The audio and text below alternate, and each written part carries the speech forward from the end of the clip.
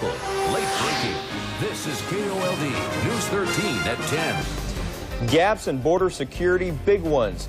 I'll show you what a recent survey found out along the border.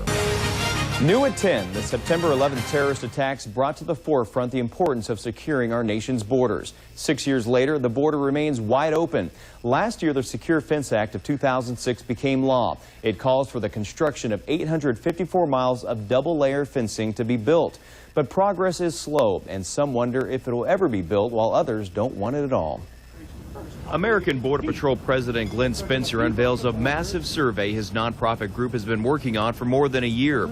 It's called Operation Beef. Beef standing for Border Enforcement Evaluation First. If the government is going to beef up the border, we're going to ask, where's the beef?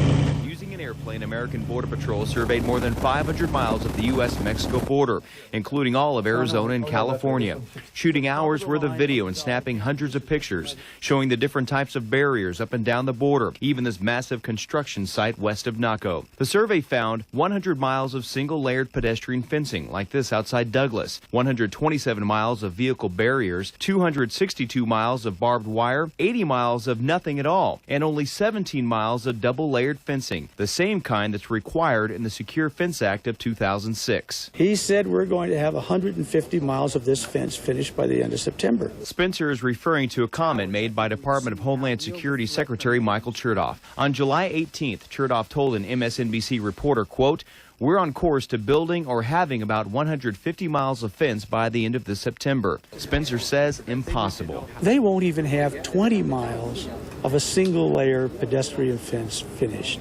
new.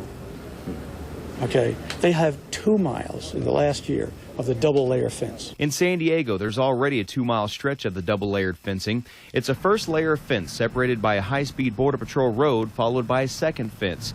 A spokesman for California Congressman Duncan Hunter says it's having a huge impact on crime and illegal immigration. Crime in San Diego County as a result of the border fence has reduced by 50%. That's according to FBI crime statistics.